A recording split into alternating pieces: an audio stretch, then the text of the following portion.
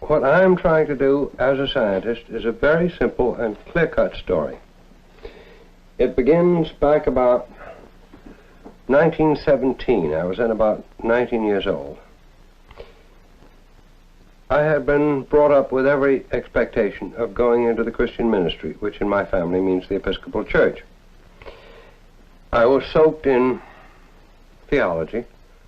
This is Dr. Warren McCulloch, an eminent neurologist, engineer, and mathematician. It was at his world-famous lab at MIT that the original work on the frog's eye took place.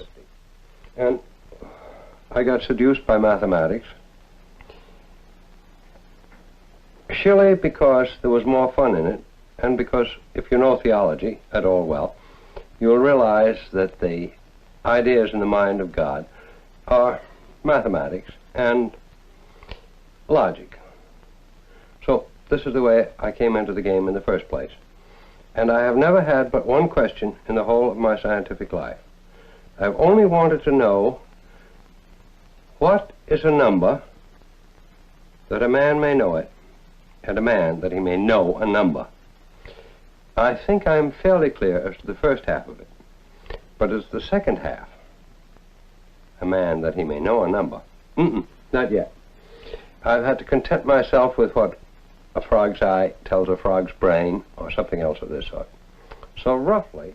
A frog's eye is very simple compared to a man's brain, an organ so complex that even the most optimistic believe that it will be centuries before we unravel all its mysteries. Yet, Dr. McCulloch and his colleagues believe they are beginning to understand how the higher nervous system, a man's brain, might work as a machine. A machine basically different in principle from anything we can now build, much more subtle than even our most sophisticated computers. Now, may I make clear a distinction between your nervous system and any computing machine which is yet in existence? There is some beginning to approximate it. They are to be found chiefly in bombers and things of this sort. Now, an ordinary machine, operations are carried out sequentially. And a mistake entails mistakes which follow inevitably from it all the way through the computation. As opposed to this, there are parallel machines. That is, machines which carry on the same computation in 1, 2, 3 or more channels.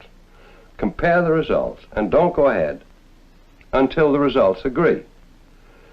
These are strictly parallel. I'm not talking about either of these kinds of machines. I'm talking about machines which resemble, let's say, the mouth of the Danube, or the mouth of the Nile, or better yet, the mouth of the Swanee River. These are what the Greeks called anastomotic affairs. That is, the water from each contributory stream is mixed with the water from every other contributory stream before they finally get out the mouths of the river. Is that clear? There is no other word that I know for it except the old Greek word anastomotic. They're not merely braided together where the braids follow through. No. They're braided with an intermixture so that the information coming out at any one point in the mouth is combined from the information coming in from all of the sources of that river. Is this clear? Good. What is more, well, any man my age knows this very well. Neurons die at the order of thousands of neurons per day. So, this kind of thing happens all the time and must happen. And yet we can go on to, well, in my family, to 100. And the theory that you're working on explains... The theory that we're working on takes care of all of these things. That's the important point about it.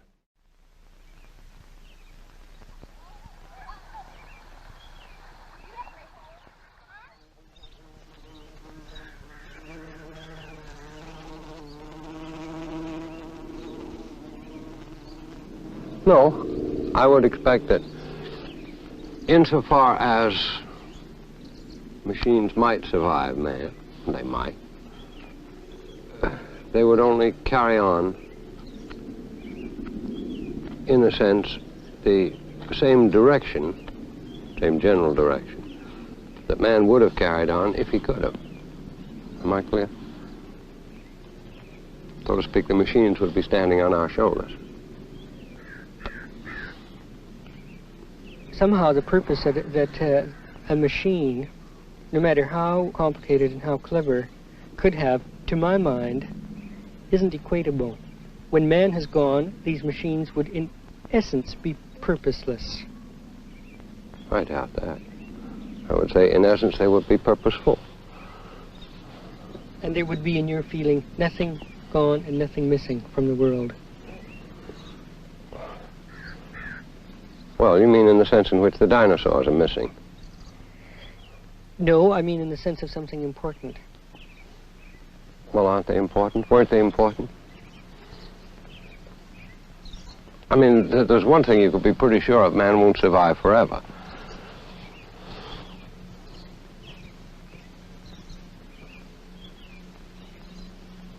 From all that we know of the sun and of other stars, that would be the most improbable thing. Something else will come. And in your opinion, it might be something of man's own creation? Yes.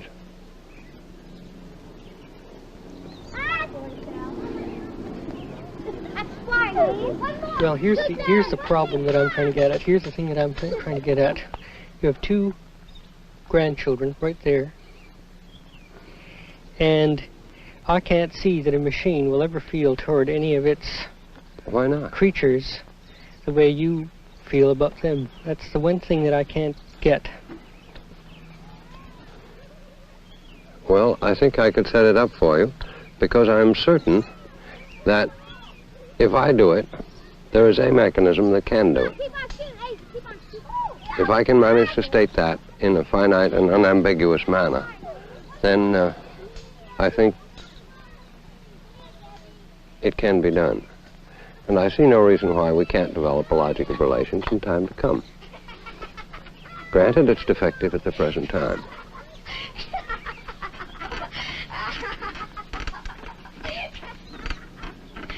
Don't shake the table.